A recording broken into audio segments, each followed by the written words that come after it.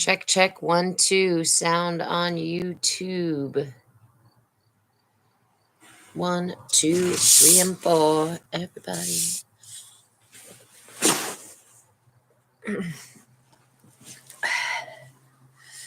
Random songs that end up in the brain. 2, 3, 4, 5. Everybody in the car. So come on, let's ride to the liquor store around the corner. The boy says he wants some gin and juice, but I really don't want to be a buzz like I had last week. Something about that, but okay, cheap, and some.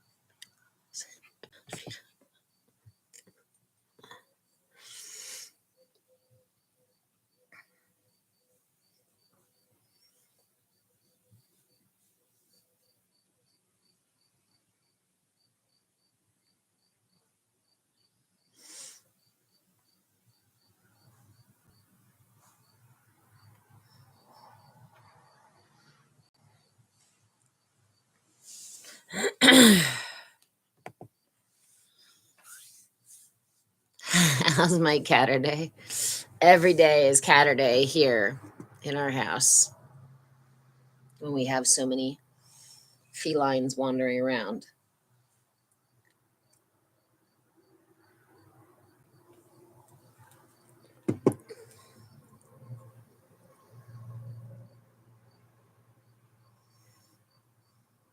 I did find out there's a cat sanctuary within this general area that is looking for a caretaker, I think. Like, yeah, property caretaker. And since our living situation is changing very quickly, I was like, ooh, that sounds fun. But I can't bring the dog.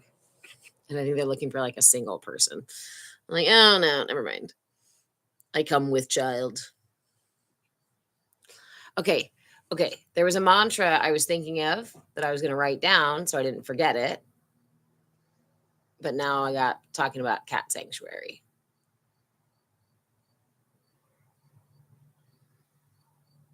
Hey, world peace, how you been? I'm trying to remember.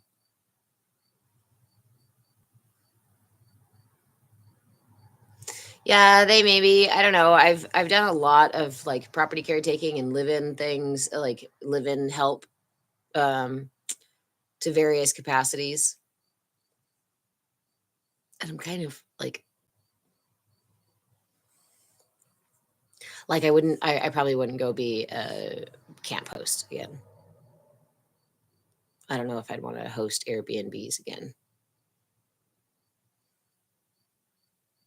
People.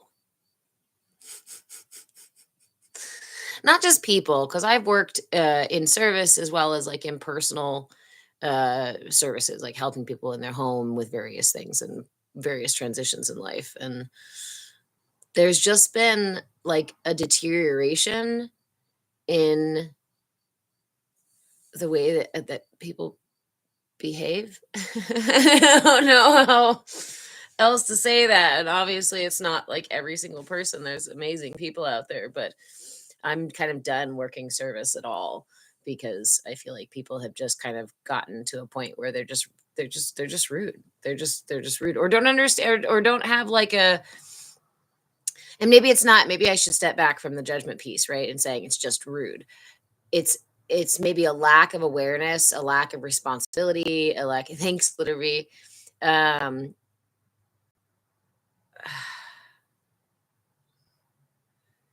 it's too early for this, you guys. I don't know why I started 10 a.m. 10 a.m. should not be too early, but I'm a night owl. And we have a meteor shower going here in Oregon. Red Mama Yeti, did you know we had a meteor shower going all month? I don't know. I mean, I'm sure that, you can see it from where you're at. It's supposed to peak in like the beginning of August, I think, or yeah, in a couple weeks or two. Yeah, I've already seen several shooting stars, and what's really cool is because it's a meteor shower, they look different. Like typically, I mean, you'll see all kinds of shooting stars around here, right? But the meteor shower are these like super fast, like through the sky. And I've been seeing little short ones and a couple of like much longer ones. Some comments in this live were filtered to protect the community's experience. I don't have any filtered words, like any red flagged words or anything like that, that makes it trigger filtering you guys' comments. So I'm curious, like that always piques my interest. I'm like, but what did you say? What did you say that made TikTok say shh? But I don't know. I got flagged for using a drooling emoji on somebody's post about food once. They're like, "Our community guide this comment violates community guidelines." Drooling over food community felt yeah.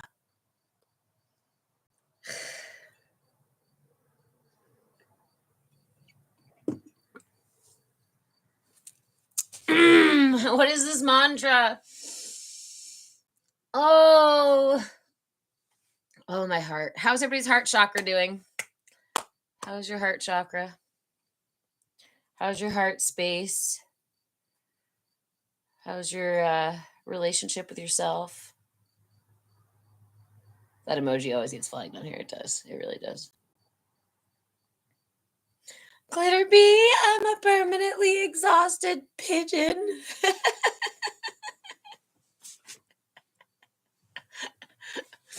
First of all, I love birds, right? And I remember as a kid telling my mom how I thought I was a bird because I could like understand how the feathers. I was like, I feel like I had feathers before. I'd put my hand out the window and do this. But I always likened myself to, say, a wren or a thrush or a something. I was just recently, weren't we just recently? We were just talking in Discord in the CAYA kinship chat about that little bird. About a little bird and a thrush. Thrush, the oh, did I tell the story in Discord? Care Bear. I'm only the depressed side of mania. I so understand that on like such an interesting level when you said I'm only, how did you say that? I'm only the depressed side of mania because it like almost gives me like it almost like mania is the good, not the good side, but like I don't know. It was just funny to my emotionally unpredictable self. I was like, yeah, that. It made me so happy. The thrush. I love this song of a thrush. I did tell the story then. Tiffany, my heart is tired. I feel you. Alice, good to see you too.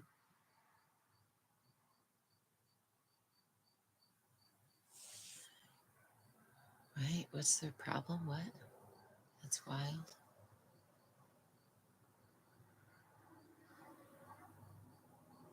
Night Owl was filtered? Oh, weird.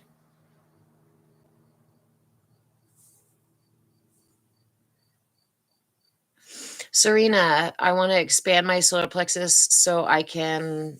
I think you missed a word in there. You can what? The heart. Reach the heart. Guys, we are live on YouTube and TikTok here.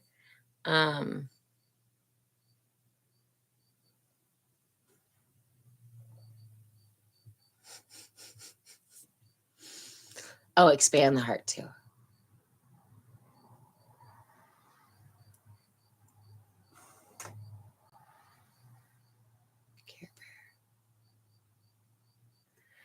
Oh, Care Bear, I was just laughing about relating to what you said in a funny way. Like it just pinged the being on the only depressed side of mania. It just made me giggle in a knowing, I guess, kind of way. I don't know. To figure out where. How do we do that for the solar plexus? So I always like to talk about how one of my favorite ways to balance the chakras are the simplest ways, at least to start. Like there's yoga poses you can do for the solar plexus, right? Anything that's strengthening, especially your core, is going to support your solar plexus. And Expanding your solar plexus, right? Every chakra has like an outward energy and an inward energy and a cycle. Like you have they're called five values. You have the directions of energy throughout your system, and every chakra also everything's micro macro. So every chakra also has these inward outward flows. So you want to expand your solar plexus, but you don't want your solar plexus to be the biggest thing, right? Same with your heart. You don't like I don't know how to say that right now. I'm still gearing up, guys. I'm still warming up. My coffee is still getting into my bloodstream slowly. Um, but my favorite ways to address the chakras are really with the simple practices before we get too deep into doing complicated work. I really like to use mudras. Alice, go get yourself some coffee. I really love to use mudras. I really love to use sound practices like solfeggio frequencies, things like that. My favorite, honestly, way to balance the whole chakra system, I often work with the entire chakra system unless I'm really feeling like there's one spot that is hurting, right? And that's usually when there's like a physical red flag. Like if my back is hurting, my upper back, that's the back of my heart chakra. That's the yang part of my heart chakra. So the front, or not front of each one, the heart at least, the front is yin and the back manages the yang. So the yin is the receptive energy and the yang is the giving or move yeah, outward energy. Um, so in that case, right, if my back of my shoulders is hurting, I'm going to do something directly for my heart chakra. Oftentimes I start with things like movement because movement handles the whole system. Movement and breath create space for your system to start getting unstuck, right? If we are feeling something physically in our body, that's a lot of energy in from the perspective energy, that's a lot of energy getting kind of gummed up. I always think of it like pipes or sound, right? Water moving through all of our channels. Sometimes water get the fluid, the energy gets sort of stuck in that part of the body, and we will start to feel it on a physical level. So my favorite thing is to say start where you're actually feeling something or where you have a chronic issue. If you've got, dislocated whatever things in your neck or dis misaligned, there we go, misaligned things in your neck, or you've got low back problems. Right now, and for the last several days, I've been having a whole lot of numbness down my legs because of pinched nerves in my low back. What is your low back? That's the back of your sacral chakra. Sacral chakra is also a yin chakra. So the yang version of my yin's chakras is how I give that energy to others, where my yin energy of my heart chakra is how I receive love. My yang is how I give that energy to someone else. And so if that is really struggling, I need to look at my relationships and the way that I'm interacting with the energy of that chakra. Or am I being able to receive the love that people are, yeah, Manillas was receiving. Yeah. So Song of Joy, hey, my friend. I just saw your message in Patreon. I'm really frustrated with Patreon because there seems to be a weird thing with the messaging that I can't really communicate with people in the way I expected to with Patreon. So I'm sorry that that if you feel like you haven't heard from me, I have to go back into Patreon and figure out how to do that. Anything for the rotator cuff. Uh brace. Brace actually uh rest, right? Rest. One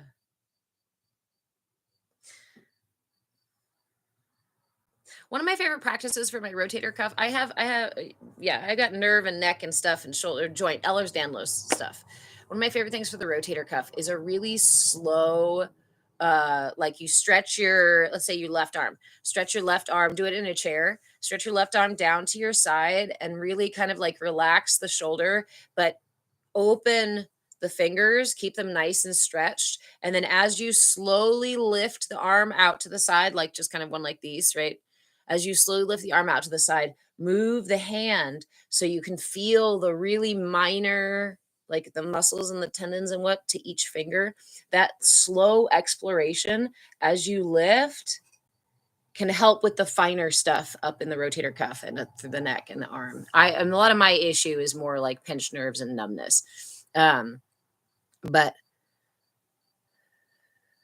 that or yoga poses uh like puppy dog pose, thread the needle. Do you know which one thread the needle is? You're in tabletop, and then you take one hand and slide it underneath like this so it drops your shoulder to the mat and relax into that one. Those are my favorite for structure, shoulder structure stuff. Okay. So I think I missed some messages. So we're talking about how to balance the chakras. Serena, you're feeling a lot of energy in your solar plexus. If you're feeling a lot of energy in your solar plexus, the solar plexus is literally our sun center, right? So it's our center for our pranic energy. It's literally the furnace of our system. So if you're dealing with a lot of that energy, thank you, Joy. If you're dealing with a lot of that energy in there, we can do things like cooling breath. I see again, right to the breath. Slow breath work. Going and discharging your energy by touching the ground. Another way to discharge your energy is to use the prana mudra and put it in the ground, like put your fingers to the ground, like you're literally just discharging energy from your system. Jan, how are you? What about my neck, upper and lower back? So the back of each chakra is right behind it, except for the third eye. The third eye chakra is here, and then the back of it is down at the pineal gland. So it's at a 45-degree angle. The other ones, if it's in your neck, then it's your throat chakra. Upper back is your heart. Mid back is your solar plexus. Low back is your sacral chakra. Red Mama Yeti, I've been looking at the golems in me that scare me. I don't want them, seeing how I can love it. It really did take me a while. I'm not going to pander to you guys about this, but it took me a while and it still takes me a while. I call them gargoyles. I still have gargoyles and things within my system that I don't want here, and I don't know how to address them when they come out. And I'm really, some of them I really wrestle with. But in those moments, I actually think of the golem character because there's something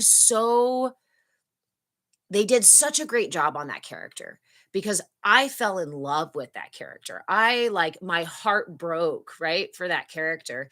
But I you can see how messed up he is. Like he's obviously not the best character, obviously not trustworthy. You know what I mean?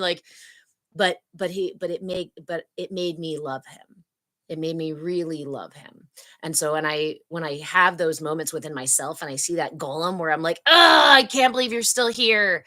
That's what I tap into. And I look at it like how I think about how much pain that golem had to go through to get there, how much confusion, how much loneliness, how many of those big feelings cause us to be so nasty. Trixie Hobbitses, nasty Hobbitses.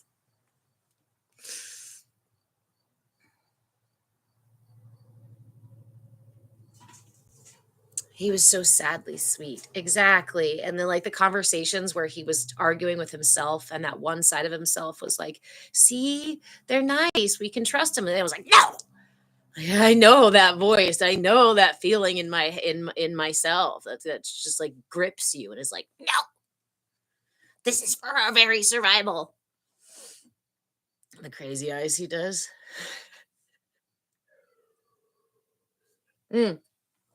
Okay.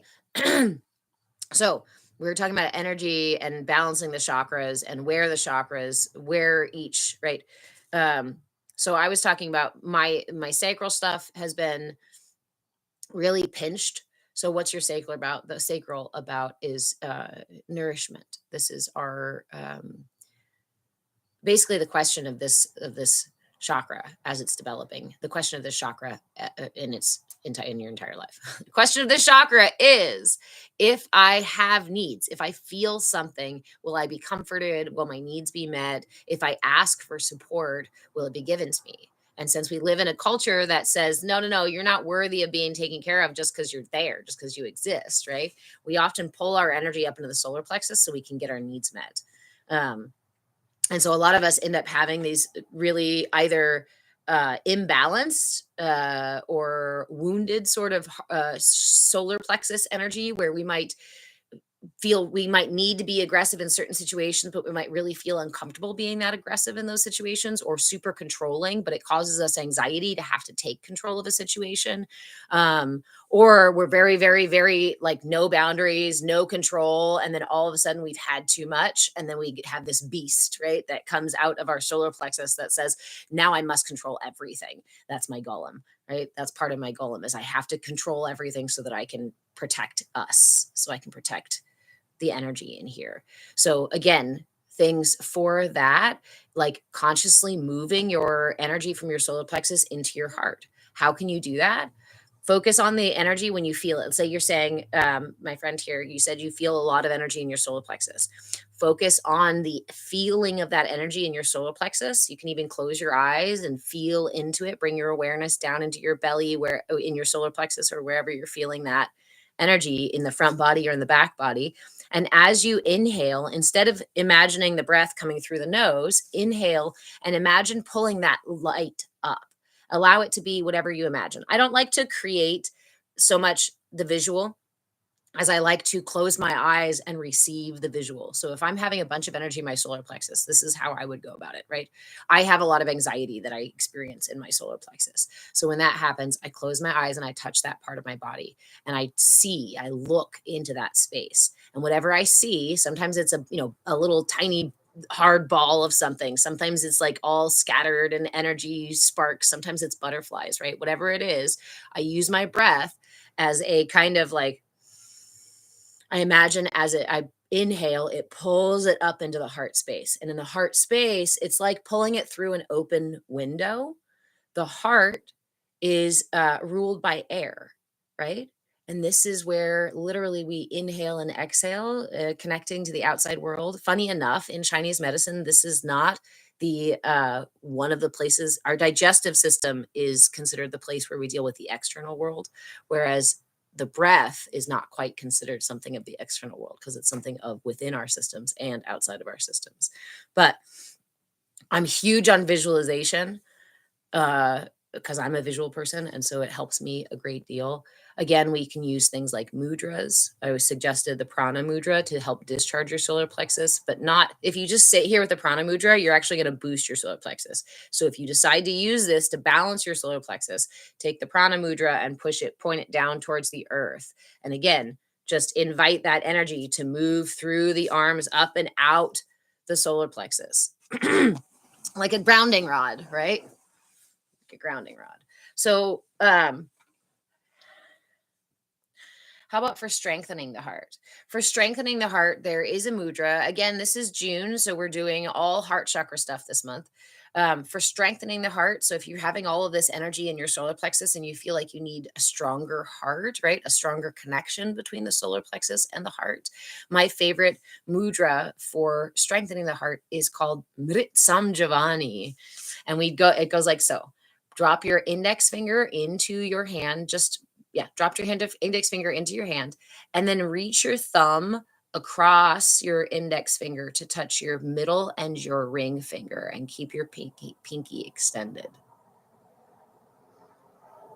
This is the Mrit Samjavani. I always stutter when I say it. Mrit Samjavani mudra. It's for strengthening the heart and the pericardium. This is actually called it translates to life-saving gesture, because if you are having a heart attack, this is recommended to as like an aid, right? Until help is on the way. Obviously, you still want to call help if that situation is happening, but this is so powerful that it can help bring the heart back into balance, can help steady the heart. And it also helps strengthen the circulatory system, which gets oxygen to all the parts of your body, right? That's the circulatory energy in our systems. And we want to keep our energy nice and clear and flowing so that we can have a strong, powerful, strong, steady system, right? So this is the Mrit Samjavani mudra, and you can do it with one hand or with both. Again, we drop the index finger in, bring the thumb across to the middle two fingers, and keep your pinky extended. For those of you who are just joining or are new here, hello, my name is Reverend Deborah. I'm an interfaith minister, a movement facilitator, and dubbed by this lovely community here on TikTok, your shenanigan shaman. I am live both on YouTube and TikTok, and we are talking about the heart chakra this month. We are going through our Inner Light series. In January, we started with the aura. On my shop on patreon.com/move with change, I have cheat codes for tools, everything from sounds, mantras, breath work, visualizations, asanas, herbs and stones, nutrition tips, affirmations, all sorts of stuff, as well as just the basics about each chakra in on my Patreon page, patreon.com/move with change. We're talking about the heart chakra, and we're talking about my book as well. I recently put out a book, so that is something we're talking about too, about the way that our culture programs our energy system. And today programs our energy system very much on purpose and very much consciously. I'm clocked for the heart chakra. Hey, Mama, how are you? Northwest Music Mama. Does it matter which hand you use for the mudra? And Henry, yes, I can talk about my hand tattoos. So it depends on the mudra. But in general, if they're two-handed mudras, no, it does not matter.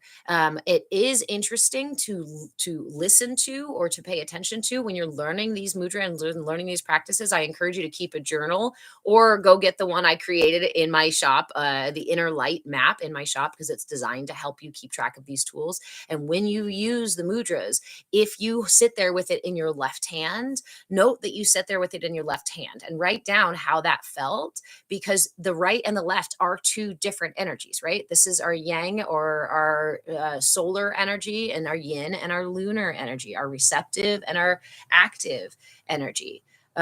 So paying attention to how those things resonate in you is a really important part to familiarizing yourself with your energy body. The big thing I do in here is not just teach the basic, like, this is what the heart chakra is, and this is what the solar plexus is, and this is what because you can find all that stuff online.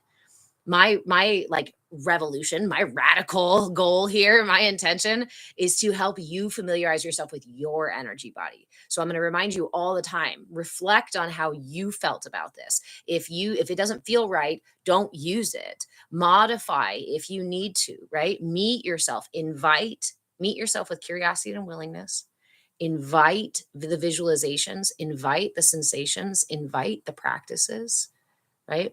Because we don't chase down our enlightenment. We don't chase down love. We don't chase down peace. The more we seek things, the further away we can often push them.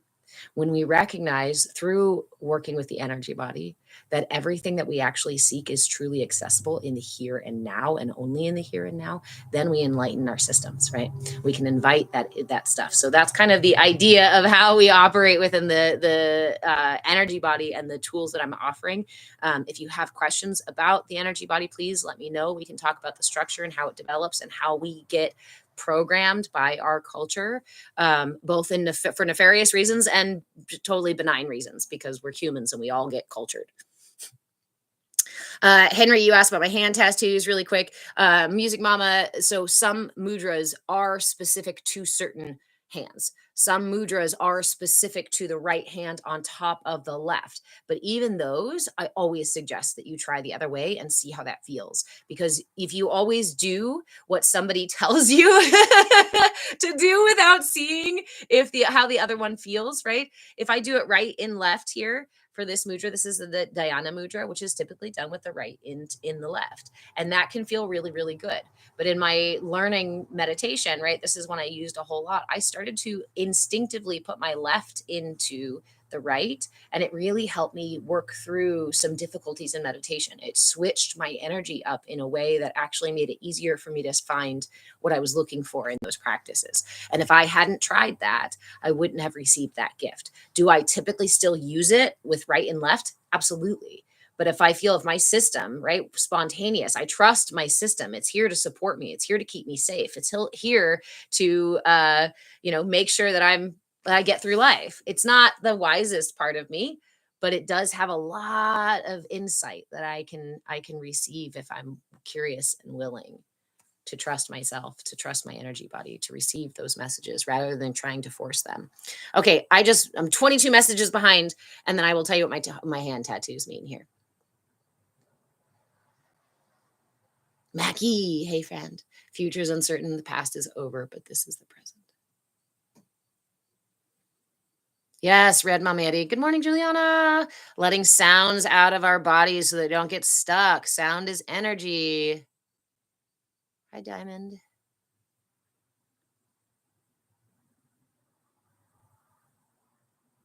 Oh, Paige just started the book. Awesome. Yay. So we were just working with the Mritsam Javani mudra here. This is the heart strengthening mudra. Which a lot of us in the Western culture can really use some heart balancing, heart strengthening stuff. A lot of us are taught to be very, very excessively giving of our energy, of our heart, and not very receptive of that energy of being loved and feeling loved. Some of that comes from the imbalances down here that make it hard for the energy to get up to the throat chakra or heart chakra. So Henry, you asked about my hand tattoos here. Sorry about the copper finger, the color on my copper finger, but it's the Mayan, old Mayan saying term, in lak ek or in lakech. I don't know. I don't know exactly the pronunciation for it, but it's essentially the meaning is I am another yourself. It's the same as we might say namaste or shalom. It's the sort of I see me in you and you in me because we are the same. We are one and the same, right? One of the same body. We are the collective. We see each other, fellow human. So I have it there actually. It was really cool. I had this stick and poke done on my fingers by a friend of mine. In 2012 in 2012 and ended up on Mount Shasta. Wildly, I got this tattooed, and then we're traveling through California, and we stopped at Mount Shasta and happened to be there the night before this really huge Bactun celebration was happening. And I was like, wow, that's serendipitous. So I went. Obviously it was a free event, but there were several hundred people, and there were like some of the crystal skulls that held info, and some really amazing ceremonial stuff happened that I totally did not expect. It was really amazing. Yeah, it was a really amazing experience. So um, this is Mount Shasta is totally magical.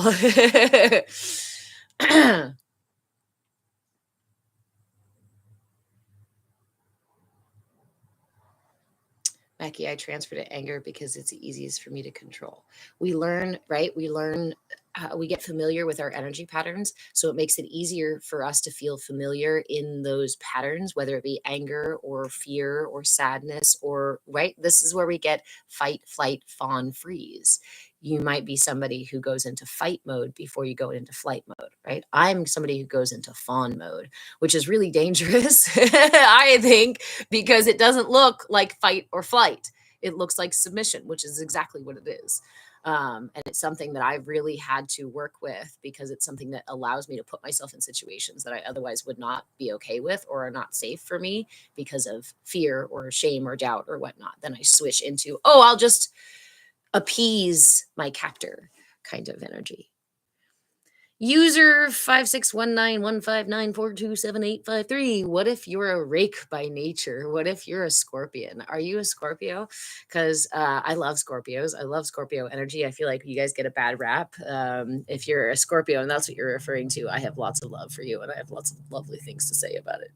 Star frequency is high. Hey, badass blind woman, how you doing over there on YouTube? Do we have sound today? Mackie lived in the Redwood National Forest for a year or two. I was camp hosting down on the Avenue of the Giants several years ago. Nice. Thank you, guys. Thank you. So what are we doing today? I feel like I just kind of jumped in and started, talking circles about the chakras. We already talked about a mudra. We talked about balancing. Okay, so in general, balancing your system. Breath, sound, color, movement. One of my favorite ways to balance my entire chakra system is hula hooping, because it also offers some like somatic stuff with the hula hooping. And it's also fun and playful. It's one of those things that kind of like moves your energy in such a way. Circular motion like that can move our energy in such a way that's energizing, right? Re energizing for our systems. And even if you're like, I can't do all those fancy tricks, it's not about doing fancy tricks. And if hula hooping is really like out of the question, completely out of the question for you, then at least moving and making sure that you're moving your whole body. I'm a ecstatic dance facilitator, and I'd really like to start facilitating them in my area here. I'm just working to get to that place where I can. Um, because being able to allow your body to move, right? If you're going throughout your day and anger comes up, I feel like we are even familiar with how to do this. Like, I'm frustrated, so I'm going to go storm off in another room and I'm going to stomp my feet and maybe I'm going to grunt and growl or yell, right? I'm going to clench my fists.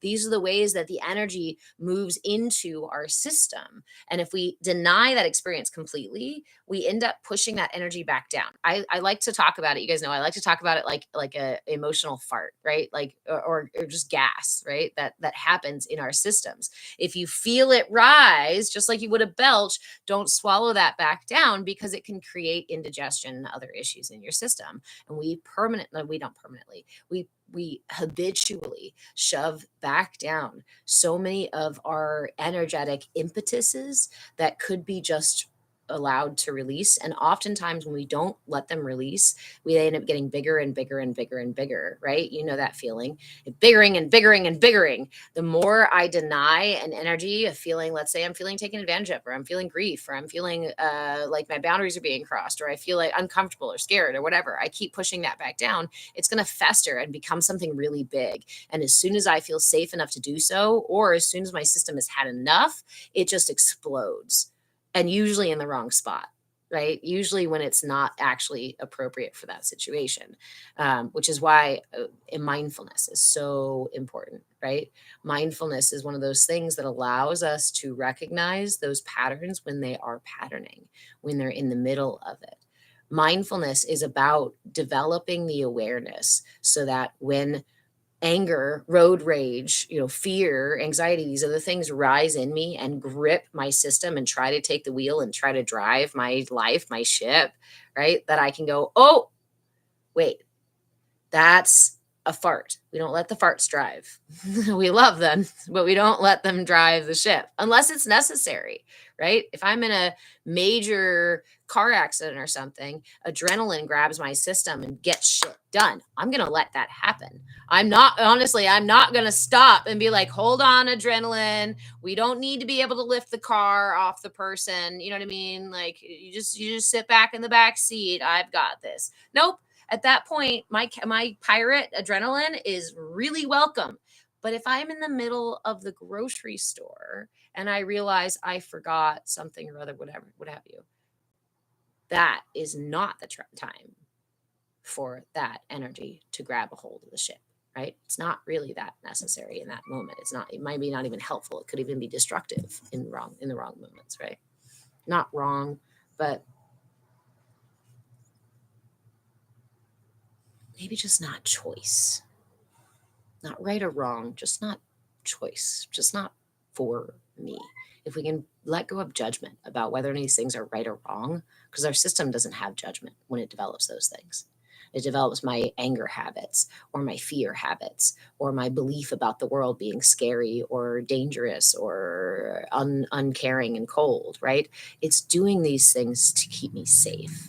My system is doing it to keep me safe. It's not trying to be like, destroy my life or or tell me I'm wrong or create a bad me. It just does whatever's necessary to keep me safe. And when I realize that, then I recognize my emotions and anxiety and fear and anger are not my enemies, right? They're my allies. And that's a total shift from what our culture teaches us. Hey, Bishop, how are you? Our culture says those things are bad, they're wrong, they're childish, they're immature, they're primitive, they're to be ignored, they're to be controlled by force.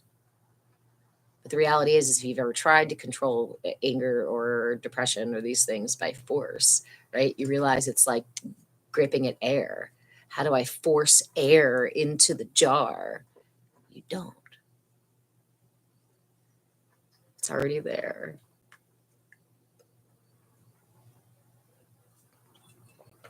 Hold on, I missed a couple of comments here. Thank you guys for the follows, the gifts, the love, all that stuff. I love you guys. Energetic indigestion.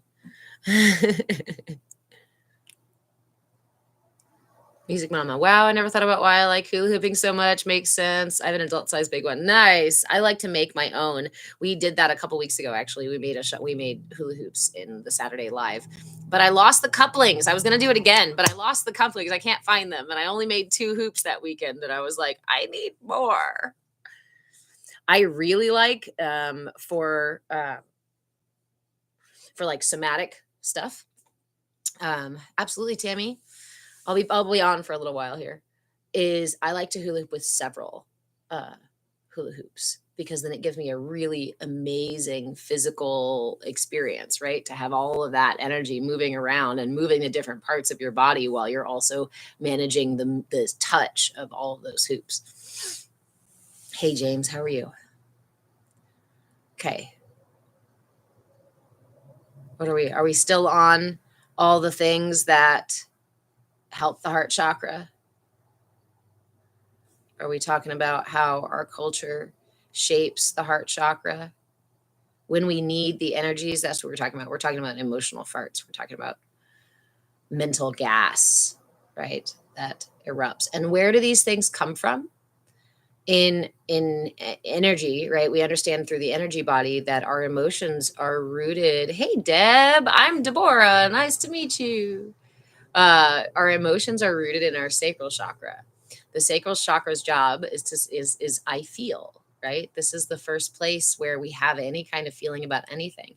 It briefly, the root chakra develops usually in our first year or so of life, give or take. Our energies are not like static stages. It definitely fluctuates a lot depending on the individual person and your experience.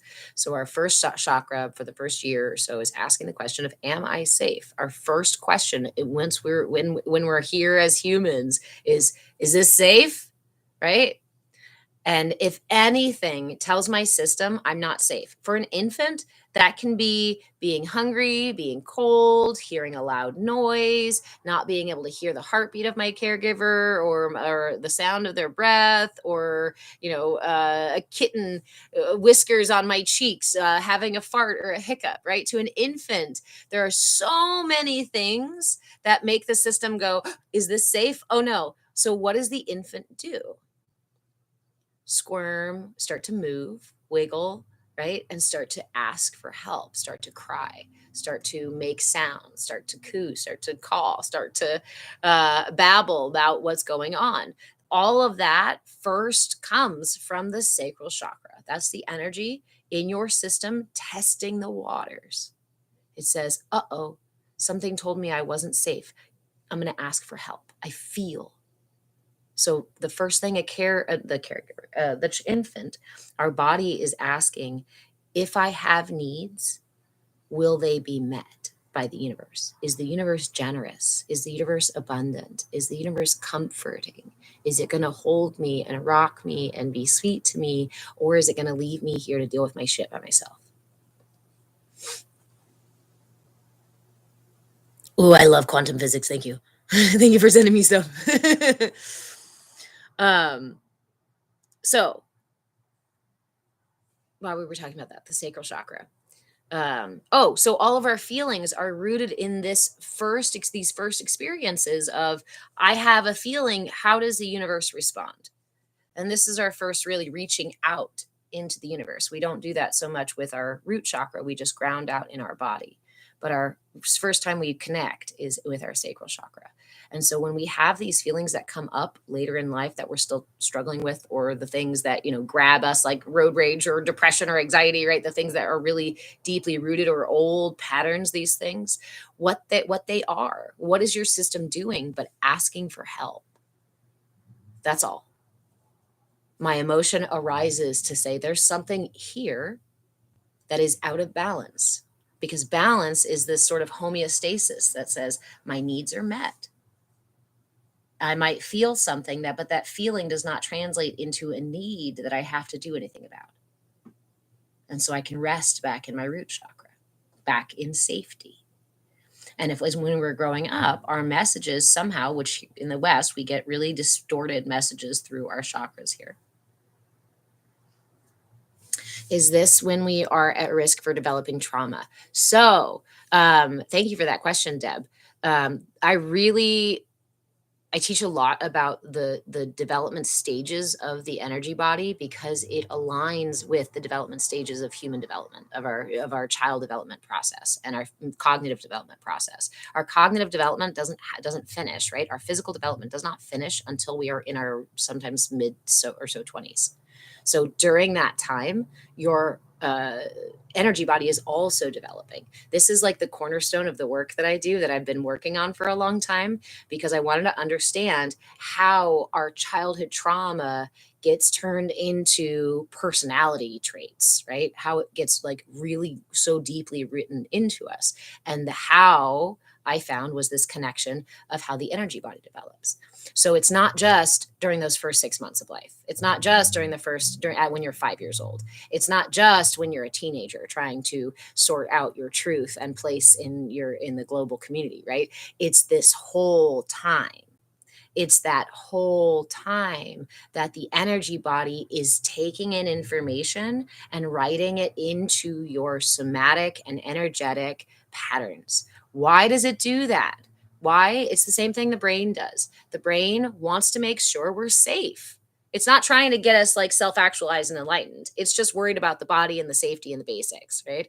And so when we learn to walk, it takes all of our energy and focus, right? It's a totally consuming experience. And then, hey, Ree, and then once we got that in there, we start to put it in the back burner. It becomes muscle memory. It becomes habit. It becomes pattern. You know how to walk, right? Right? But the way that you walk now is influenced, can be, depending on how what work and awareness, right, you've done with your stuff, can be rooted in childhood experiences. The way I hold my belly in really tight, the way I lift my chest this way and pull my shoulders back, the way I stick my butt out, or the way I turn my toes in, all of these things can be related to are related to how your energy body got patterned, whether it was through positive experiences or negative experiences, expansive experiences or contractive experiences.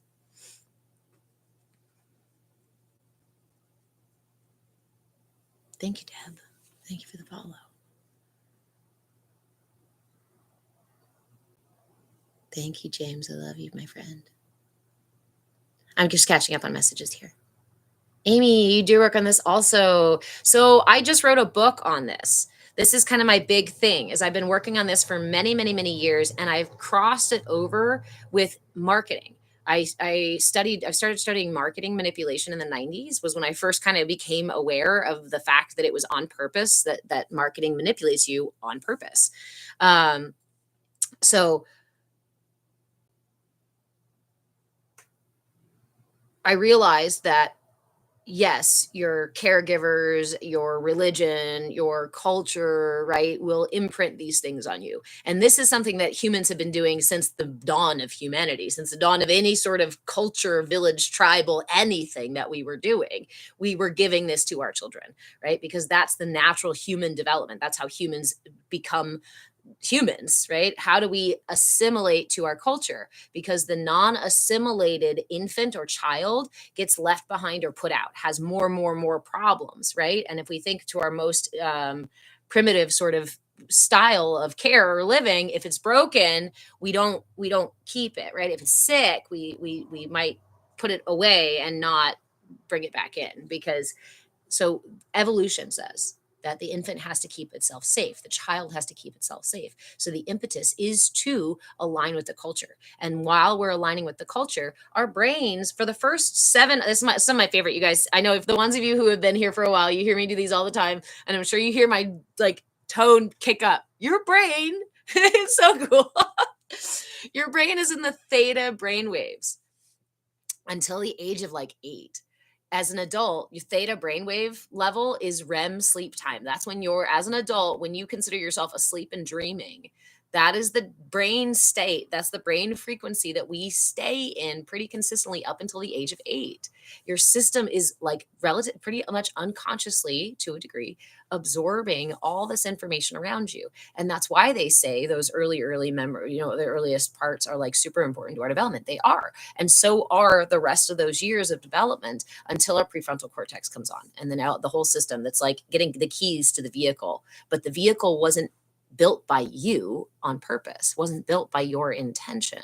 It was built by your environment and your culture and how that interacts with your unique frequency, your unique structure, right? Your unique ingredients. So the issue that we have now is that there's a really intentional manipulation of it, and we've seen that in history with religious organizations using the enculturation process to basically bring people into like sort of cult sort of mentality things and keep people in ignorance or keep people stuck in fear, keep people in a state of being controlled. So we live in a culture now where from the moment you're born, you're marketed to. And you're marketed to with insidious style marketing tactics that are intended to trigger your emotions, right? And then we live in a culture that doesn't teach you how to deal with your emotions. It tells you to put them away and ignore them and stuff them away. So we end up in these constant cycles of, I have a real need. An emotion comes up. It's a genuine need in my system. Sometimes that need might be simple, like a hug or a good night's rest or some clean water or shelter or healthy food or even, other things as well. But those needs arise in our system. They're genuine, but we are taught to say, shh. And in this way, we remain out of balance. We remain clamoring to try to get our needs met. We can look at this in the perspective of the hierarchy of needs that Maslow used. The original hierarchy of needs was actually a wheel. So it was a wheel of needs. And I believe he received the information from like the Cherokee or Blackfoot something or other tribe. I forget exactly. I apologize. I don't remember exactly. But he took that wheel and turned it into a pyramid, which we can talk about it from either perspective. But with the pyramid, because it's more familiar, we look at that pyramid and what do you see on the bottom? Safety, right? This is like shelter, clean food or clean water, air to breathe, knowing nobody's going to break into your house in the middle of the night, like just basic level of safety. How many of us can say we don't even have that? And then we've got belonging, where we have good relationships and supportive, a good, work relationship with our productivity, a good relationship with our family or with friends, community that's supportive and caring and honest with us, places we still feel safe to be vulnerable. How many of us don't have those things, right? We live in a culture that intentionally keeps us clamoring for our most basic needs. And if we're constantly clamoring for our most basic needs, we're easy to sell to. It's very easy to get us to buy the things that you created, the supply and demand. You mean the things that you supply to create the demand, that you artificially create a demand for so you can supply them. This is really insidious marketing. This is honestly immoral marketing. I just recently had a salesperson read my book and comment that they felt like I was accusing marketers of doing something wrong, almost immoral in my book. And I was like, to a degree, yeah, I am, because I don't think that it's appropriate to allow corporations, right, or businesses, like anything, to push your buttons in such a way that would make you do something that's not actually for you. That's not a choice, an honest that's like consent. I'm not actually consenting to the kind of manipulation, and I know most of you aren't either, to the kind of manipulation and puppeting and pushing and pulling of our energy buttons and our emotional buttons to make us buy. belonging sold to you, right? Even Coca-Cola. What is it? Open happiness. This is belonging, heart chakra, right? Dr. Pepper makes the world taste better, right? What's all care? You're in good hands, right? All of these marketing tactics are actually used to intentionally manipulate your energy. James, you say being a lone wolf is something I haven't mastered yet. Fighting no friends equals loser. So I'd love to talk. I love talking about the lone wolf concept because I feel like, again, culturally, we have a misconception about the lone wolf. And it's such a narrative that we are marketed to with, but it's not actually a balanced narrative. It's a skewed narrative. Um, Deb, I've been thinking lately about how our chakras are coded by society, and this makes so much sense. Please, if you're interested in deep diving this is my book right here. It's called Energy for Sale. You can find it on Amazon right now. There's a Bitly link right here on the page on the whatever it is called on TikTok. It's bit.ly/energy for sale. You have to capitalize the E, F, and S like that because it's a Bitly link. But I intend to, there's a QR code in here. And so I intend to offer some like workshops exclusively for people who bought the book. It's not available on TikTok because a TikTok shop confuses the shit out of me. And TikTok takes up to 60% of what I make on here. So if you get, and I know Amazon isn't the best place to the platform, but it's the quickest and amazing place to be able to get it published and accessible to everybody right now. Because for me, this is something I've been studying for since the 90s, right? And creating these ties together. And even though I have been doing it, I'm still unwiring, you know what I mean? Rewiring myself, snipping the lines of cultural manipulation because it is written into the very fiber of who we are. And I feel like we are at a time where the degree of this is so intense that we are being manipulated to propagandized so intensely that it's like I feel like I need to scream it from the mountaintops. Like, wait. Maybe if everybody just kind of knew how this process works, thank you, goddess, and how it's not your fault. Like, it's not your fault that you got duped, you got sold to. It's the pattern of your energy. And they literally just found the back door that they could open up and change your wiring. And then you operate like the machine that they want you to. And you're like, but this feels right and good and okay and safe. And I think I'm supposed to. Yes. And a lot of that, thank you, friend. A lot of that are the narratives that you are given, that you're taught, not actually the narratives that are best for you, for your autonomy, for your self actualization, for your enlightenment, for your system, for your wholeness, for your health, for your wellness. Shit. Badass blind woman. I love that you're in their head now. Your book is doing its duty. Yeah. Yeah. That's why TikTok keeps taking down my stuff and hiding my lives and stuff because TikTok doesn't like me telling you what it's doing. Social media is doing this on purpose now. Now we have these manipulation devices right here, and most of us, I feel like, aren't really aware how the mechanism works and why it's so insidious. We hear video games aren't great, social media doom scrolling isn't great, but we don't quite understand. I don't want to say that from a place of ego.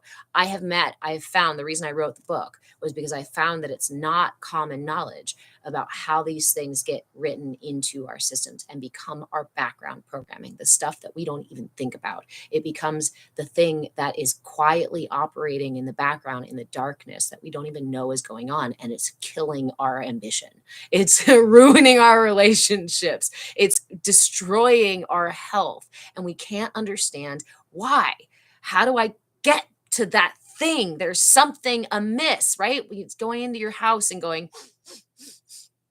something smells off. Where is it? And it starts to make you spiral. We go to therapy and we take medications and we do all these other things. And maybe we go to the gym and maybe we buy the next self-help book and maybe we get a new car or change our jobs or burn bridges with people we care about or whatever the other crazy ways that our culture says, this is how you deal with that feeling.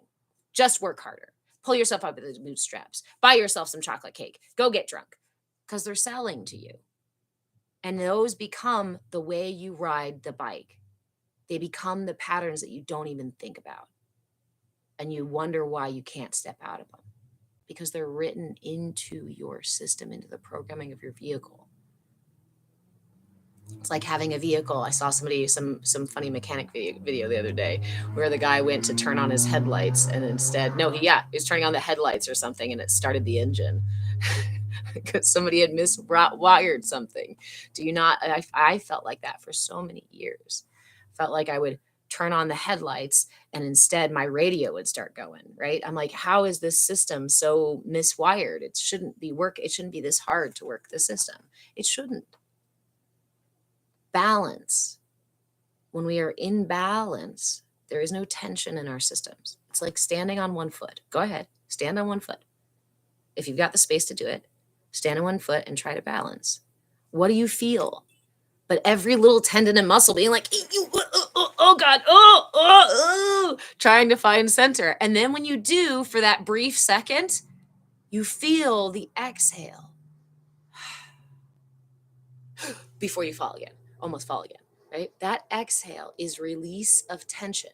That's what balance feels like. So if we are running into constant tension in our systems, in our minds, in our bodies, in our breath, in our relationships, in our world, we are often out of balance because we can't control all the shit going on out there, right? I can't control everything outside of me. The only thing I really have any ability to manage is what's happening inside of me. And so when I find that center, that balance, thank you, friend. When I find that center, that balance, I know I'm balanced because I go, and yes, we're humans, temporal humans. So we don't get stuck in homeostasis. What happens? Tension happens again. And then I release it. An emotion comes up. And then I give it permission to leave. And maybe it comes up again. The dog waits to fart only when I'm doing breath work. I swear to God, every time. I'm sorry. Okay, I think I missed a couple of comments here. Somebody said something that I wanted to get back to, and then I went on a little diatribe. Alejandra, that side of sales is what I don't relate to, and I've been trying to learn differently in my business. So this is a big reason why I wrote this book right now too, because I know a lot of us are working on kind of new earth paradigms. How do we get out? I told you the friend of mine or the salesperson I showed this to, who said it feels like you're saying that salespeople, marketing people are doing something immoral. And I'm kind of like, yeah, that is the problem. That is the point. It is immoral to puppet people out of their own actual wholeness and self-actualization. Yes, it is immoral. So if I am in business, hello, my name is Reverend Deborah. I'm the owner of Move with Change and the creator of the CAYA community here on TikTok. And this is my full-time job. This is what I do all the time because it's that important, because it's my purpose, because it's the thing that I've discovered that brings me the most light and peace and joy and all the things, balance. So then I have to ask myself, how do I market without using those insidious tactics, the very tactics that I'm telling you are fucking with your system? Shit. How do we do this? Which is why I do these live classes, because I want to have these conversations. I want us to throw ideas out back and forth. I want us to keep talking about it, because if we don't keep talking about it, then the insidious things just keep happening.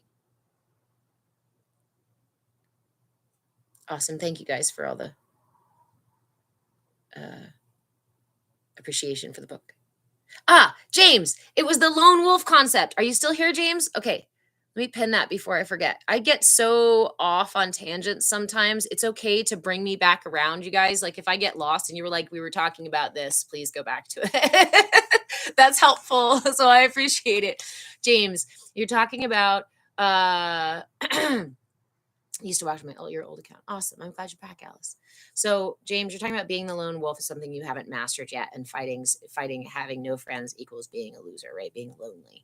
So we're sold this idea, just like we're sold this weird idea of love and relationships, idealized. We're sold this idealized idea of being alone, of being so strong that we don't need anybody else. It's an unhealthy sense of I not autonomy, but it's so here's why. Wolves are pack animals. Wolves thrive together in packs. That's how they take care of each other, share food, protect each other, snuggle up at night to stay warm, right? Watch out for each other. It's a very important part of their thrival as a species. So, hey, Monica, what is the lone wolf? A lone wolf becomes a lone wolf when they've lost their pack somehow. And that can be because they were too aggressive and kept fighting the alpha and got kicked out. Right? Maybe they were messing with all the ladies or whatever and got kicked out. Maybe they were sickly and got left behind. Maybe they just grew up and were like, I need to go find me a lady somewhere else, right? This isn't my pack. I got to go move to another pack. But they don't permanently remain a lone wolf. It's their walkabout. It's their temporary isolation for strength building, autonomy, reflection, learning, right? But a lone wolf does not thrive on their own. They thrive with a pack. So they either find a new pack or they start a new pack. But they don't thrive alone. And in our culture, we're sold this idealized, sensationalized idea of, oh, how you should be the lone wolf, how cool it is, and how powerful you will be, how powerful you must be to not need anybody, how powerful you are to be able to tie your hands behind your back and live your whole life with your hands tied behind your back. Yeah, I mean, that's a pretty cool strength. I mean, but are you really thriving? Or are we just challenging ourselves to stay with intention? intension, to stay in tension. Because the lone wolf has to be more tense, has to be more alert, has to be constantly looking for food and working to stay warm. All the things that the pack supports it to do, it has to now do on its own.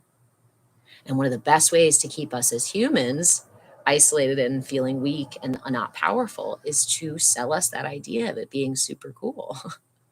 Or telling us that that's how humans are designed to be, or telling us that humans are naturally combative and divisive, and we're going to be constantly fighting and hurting each other. That is such a what's the best way to lead you away from the truth? Tell you it's in the opposite direction. I've spent 15 years, 12 years in university itself, and then more so in workshops and whatnot. Thank you, friend. Studying human development and wellness. And the old diatribe of that humans are naturally aggressive and divisive is false. And it's been false. There is so much information, scholastic, like studied, researched information about how humans are naturally cohesive. We are pack animals. We need each other to survive, to thrive. We thrive in packs. So let's keep them isolated and tell them that actually they don't thrive in packs, and then create systems that are constantly dividing and devising them, and then encourage that through propaganda and media, things like that, and we can keep them separated and keep them from knowing what their real power is, because if God forbid all those ants got together. Alice, I'm glad you're here too. Uprising. Is Galactic Federation coming through Christ consciousness? Just a channel, my friend, just a channel. Then let's sell them productivity hacks. So how do we do this together? Because that's the only way to do this together, right? I wrote a book, and it's this really cool thing that I've studied, learned about, practiced, dove way deep down the rabbit hole into, and I figured out how to make it this succinct little 106-page thing that you can browse through, so that it's not so overwhelming with all the freaking information, because I like to talk. And I don't want to manipulate you. I don't want to give you salesy, like, oh, it's on sale now for this period of time and only now. What is that? Fear of missing out. What is that? Fear of abandonment. Where is that?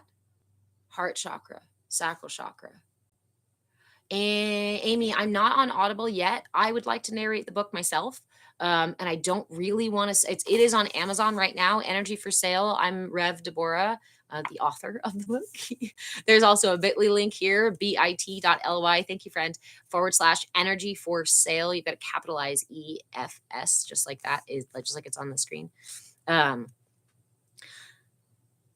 So I could do those sleazy sales tactics, right?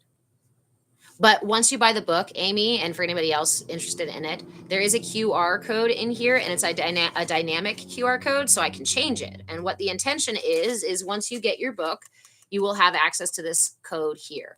And I'm going to change this code here soon to invite everybody to a workshop about the book. It'll probably be a free edition just to say thank you for buying the book and to talk about the book itself. So to answer questions, to talk about the tools, to talk about the ideas and the concepts in there. So know that there's something that goes along with that eventually once I get there. And because I'd like to create a workshop, a class that goes along with this book that actually really lays out and teaches you the tools, teaches you how to find the tools.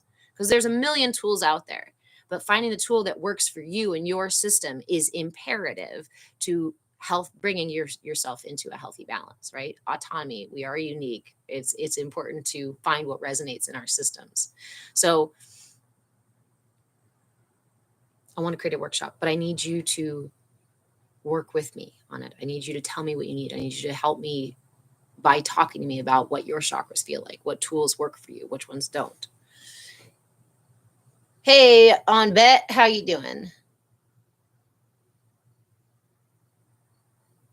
Alice, it's been a whole year. I'm glad you're back, friend.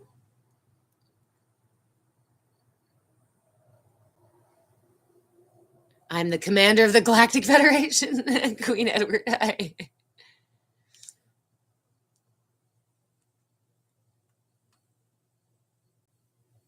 Red Mama Yeti.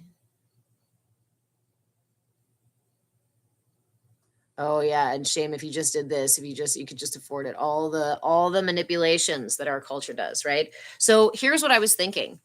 I've had a couple people ask me for a signed copy of it. I can buy author copies.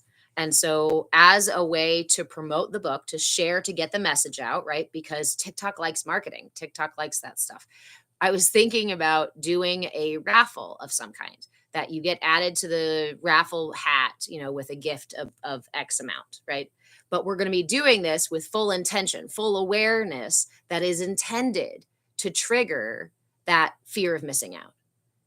And we're going to use it as an experiment to sit in that, to do the raffle together. And whether or not you even buy anything into the raffle, right, is not the point. It's not about raffling the book. It's about tapping into our awareness about how the things happen within our system, how it triggers our system. And when we're aware of it, we can go, whoa, hold on. Now I know what this feels like.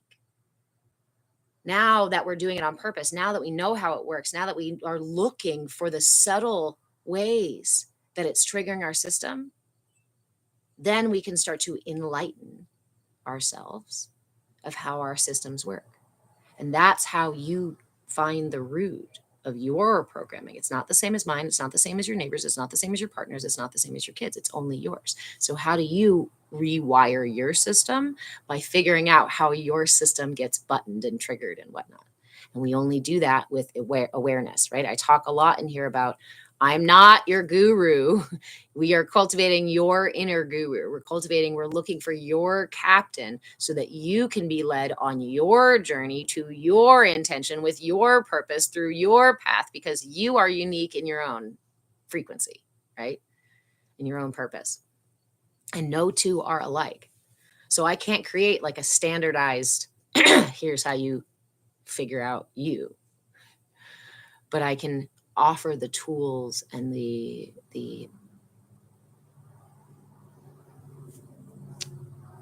reflections, mirrors. I don't know the word I was looking for.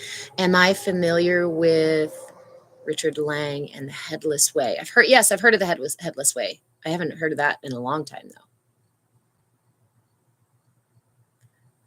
though. Alice, TikTok led you right here. Nice. Jenna, any tips on making and keeping friends? I've tried to make friends, but I feel judged by them. I've always had to be a lone wolf. Jenna, were you in here when we talked about lone wolf? We just talked about lone wolf. So if you just came in, you may have heard a little bit of it. Heisenberg, thank you, friend. Love you. Okay, so any tips on making and keeping friends? I've tried to, but I feel judged by them. So in there, you already expressed where your trigger is. You're feeling judged by them, right? And so we look at where shame and guilt live in our systems, and that is in our sacral chakra and in our solar plexus chakra. What are these chakras associated with? Remember that if when I say this is in your solar plexus chakra or in your sacral chakra, what do I mean?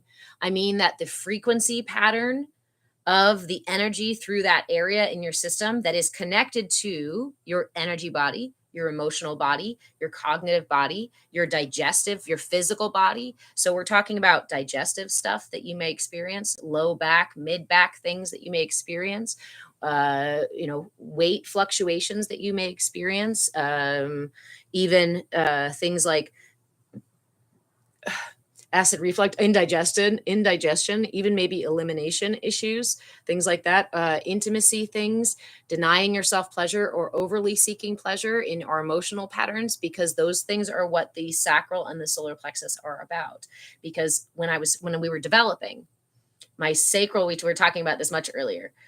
When I'm safe in my root chakra, I can be grounded and centered and balanced. I can be nice and deeply in my center. When something makes me feel unsafe, uncomfortable to any degree, the energy moves up first into the sacral and says, will the universe help me? And if the answer is no, the universe won't help me just by me asking, then I have to pull it up into the solar plexus and say, well, what am I going to do about it then? The solar plexus is my will, my action. This is where I get up and go.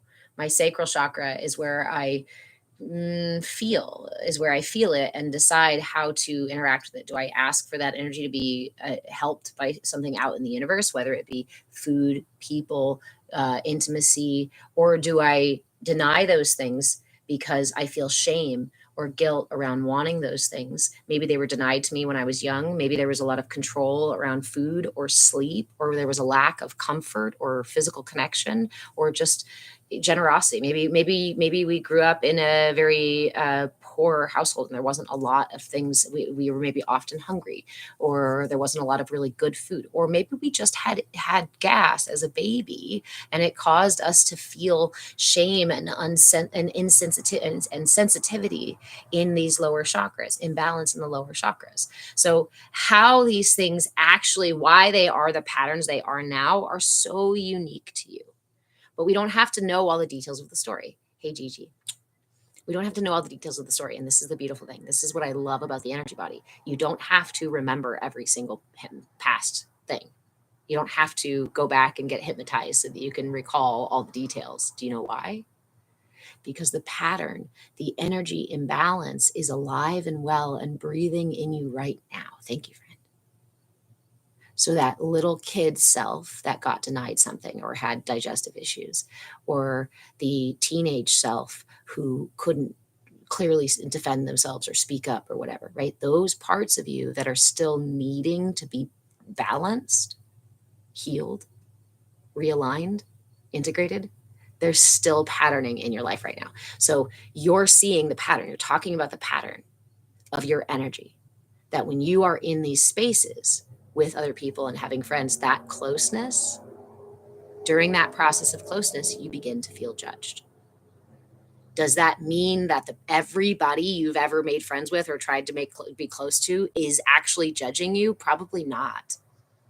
We project so much of that. We expect that when our unconscious energy patterns tell us that the universe is not abundant, that we don't feel confident, that we can't really get things done. Maybe the solar plexus, which is about our will. If I was thwarted a bunch, if I had an overly controlling situation where I couldn't do things I wanted to do, or I wasn't allowed to, right? Or I was yelled at every time I did something, a kid who picks up a pan to go play and the parent, you're not supposed to do that, right? And he had those sorts of things. Or you just had tasks that were out of your realm of capability. You didn't get scaffolding, in a way that was like age appropriate stuff. We can just feel thwarted, or we can feel guilty, or maybe we were forced to do things that we were too young to do. So it can cause these imbalances here too. Or maybe we never got our needs met, right? And here, one of my favorite examples is my own situation. I was a cry it out baby. I got put in the crib in a dark room and the door closed. And I don't remember that as far as like memory sort of stuff, sort of, because my mother has told me stories about it, maybe, get glimpses, but I don't remember all the details of it. She did tell me though, that after a while and doing the cry it out thing, I stopped crying, but I started climbing out of my crib. What is that? That's me crying for help. That's my sacral chakra saying, I've got a need. This is not safe. Oh no. And realizing that my caregivers, or in general, the universe, right? Because it's very much ambiguous at that stage, is not going to answer me. So I have to do something about it. So when this gets really imbalanced and thwarted, and we have these really unhealthy patterns around those things, I end up getting very controlling in my relationships because I fear that insecurity that nobody's going to take care of me. I end up feeling like I need to take control of the situation because nobody else is going to do it for me. What does that narrative sound like? Are you familiar with that, right? That can be as simple as having digestive issues, being a cried out baby, or any other like severe trauma, to just everyday something that taught your system that you weren't safe.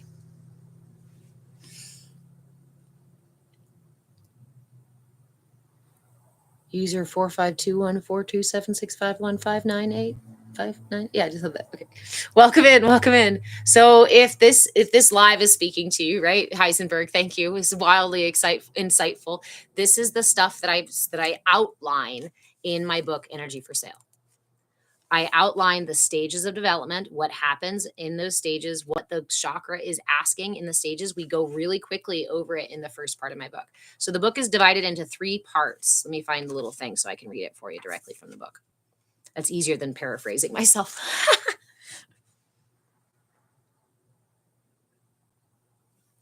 You can buy it on Amazon. Hey, DJ Nature, how are you? You can buy it on Amazon right now. It's called Energy for Sale. My name is Rev Deborah. I'm the author. And there's also a link here on my page, bit.ly.com, bit.ly/energy for sale. To use the bit.ly link, you have to capitalize the E, F, and S there. It's on the screen here on TikTok. Sorry, YouTube, I don't have it on the screen over there. But it is in the info for the live over there, actually. I do have the bit.ly link there. Yay, I did the thing. You can buy it on Amazon. So the first part here is the foundations, chakra basics, the psychology of manipulation, and how your energy body is shaped by external influence. Remember that we have it in child development. Thank you for the follow, friend. In child development, we talk about the argument of nature versus nurture, right? And at this point, we understand that humans develop as an exchange between nature versus nurture. My nature is interacting with my nurture. My nurture is triggering and interacting with my nature, my structure, right? And if we want to get off on a little tangent over there, we can say that we can use human design, astrology, numerology, any of these. Thank you, Mike. Any of these lenses of looking at the structure of the self in child development, but we call it temperament. We know that children are born with a temperament. That means you have a structure that's unique, that is intended to resonate at a specific frequency that's yours and yours alone. This is your magic. This is your God particle. This is the unique thing that makes you you, that will never be ever again exactly like this and exactly this time, right? That's why you are really a miracle and why you are intended to be here, right? So that's your nature. And that's why you and your sister, twin sister, could still have very different reactions and very different results from the exact same kind of environment and parenting. And how that stuff, thank you, friends. Those of you who just ordered it, thank you so much. Alice, as a parent, this is so, so important, right? This is studied. I'm a parent as well. My kiddo is 9 right now, but I've been studying this since the 90s. So actually, thank you, Gigi. A little bit of history. Hi, for those of you who are new here, my name is Reverend Deborah. I'm an interfaith minister of 11 years. I'm a movement facilitator of, I don't even know how long I've been doing this stuff, my whole life, right? Uh, and I wrote a book. That's why my brain's just yelling about how I wrote a book. No, I went. My mother gifted me our family lineage of energy work when I was very young. She definitely, taught me a couple of things when I was little, but about the age of 7 or so, I started to have experiences that were enlightening my system by way of receiving information, receiving experiences. And I came to her and started talking to her about seeing energy, feeling energy, having past life regressive dreams, understanding where I had been in a past life, also having out of body experiences, astral projection sort of stuff. Anyway, it was like the age of 7 or so. And at that time, she started teaching me how to see energy, how to move energy, how to work with energy, how to use my vessel, because we are all vessels for this energy, right? So that was my real first experience or first toes in the water on this topic. That's how long I've been working with this.